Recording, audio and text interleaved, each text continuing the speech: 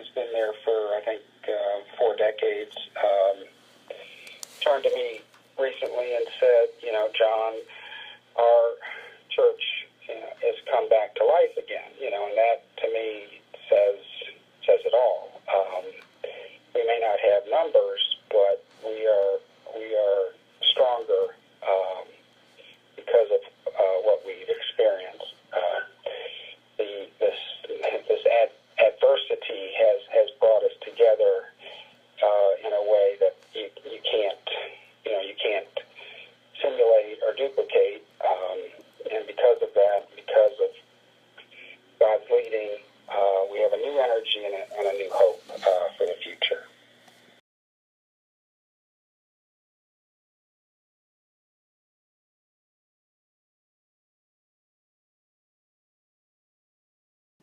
Eleanor Presbyterian Church is located on the western border of West Virginia. The congregation, which celebrated its 70th birthday in 2015, continues to persevere despite averaging between 15 and 20 people on a Sunday morning. Even with its small numbers, the congregation felt it needed to have a greater presence in the community. With that in mind, it created a team of members to apply for a $10,000 dream grant from the denomination that would help it develop an outreach like a community garden or an after-school program.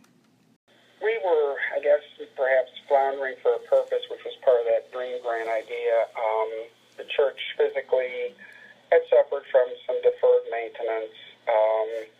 We were pulling together. But on April 2nd, 2016, the congregation's focus quickly changed. I got a phone call from one of our elders, Judy Jeffries, and she told me, "Hey, John, it's raining inside the church. The ceilings and walls are falling down, and it looks like a Salvador Dali painting. The pews are in about an inch of water, and the guys want to know where the shutoff is for the water line." Then I proceeded to tell her that I would be up with a shop vac and take care of it, at which she told me, "No, John, this is way beyond that." And I was not really convinced of the degree of the problem, and I said, "Well, whatever." John proceeded to borrow his neighbor's shop vac and even purchased one on his way to the church.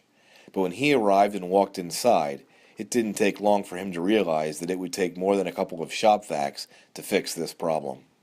Of course, once I got there and saw the pews swimming in about an inch of water and the ceiling, the floors, and the walls just collapsing, I realized we were in for a long-term restoration. There had been a water fountain on the second floor that had stopped working for whatever reason many years ago, evidently, from what I'm told.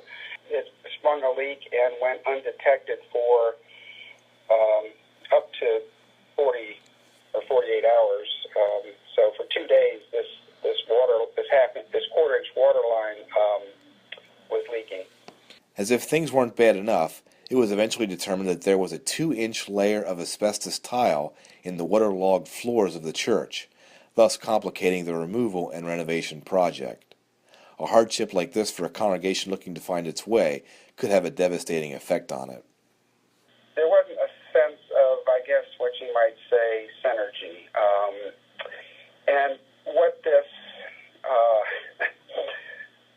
whole experience has done is really brought the people together in a way that I could never have done on my own. It's kind of accelerated this process of bringing us together. With the downstairs sanctuary undergoing renovation following the waterline break, Eleanor Presbyterian Church moved its worship service upstairs to the fellowship area.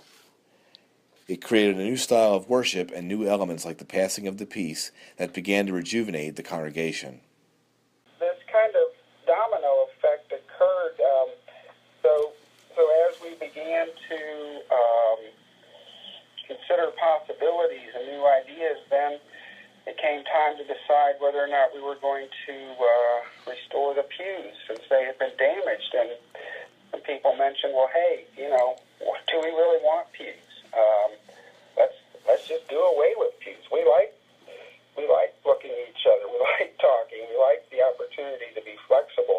The session decided to not restore the pews and instead put folding chairs in the sanctuary. The church used its existing cafe chairs in the sanctuary until the new wooden chairs arrived. These decisions had an outreach of their own as the pews were given to a nearby African American congregation. They were just pleased to get them, very happy to get them. And so we've established a relationship with them. We've also given them hymnals, and I've become, acquaintances with one of the deacons there, and so we've gained a friendship along those lines. The goodwill continued to build new energy throughout the congregation.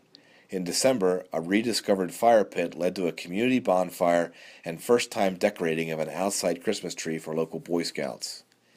The Eleanor Church also decided to recreate a musical comedy that had not been performed at the church in many years.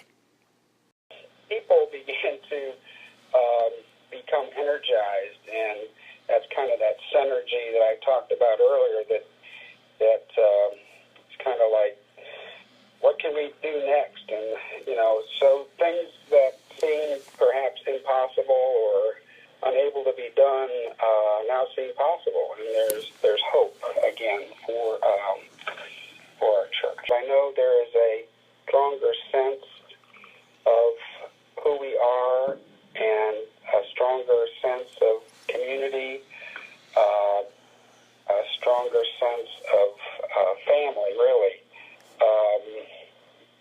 And it's hard for me to even articulate other than people, there's trust and there's a positive outlook. I think we've overcome, this idea of fear of failure. There's a strength there that we didn't have before.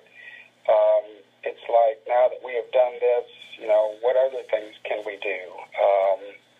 Because I think there's a sense of God's presence and God's direction that perhaps wasn't there as strong as it is now. One of the more magical things the church did during Christmas was construct a nativity scene on its property. John bought the kit and assembled it one afternoon, 2 days before Christmas. What he didn't realize was just how special it was.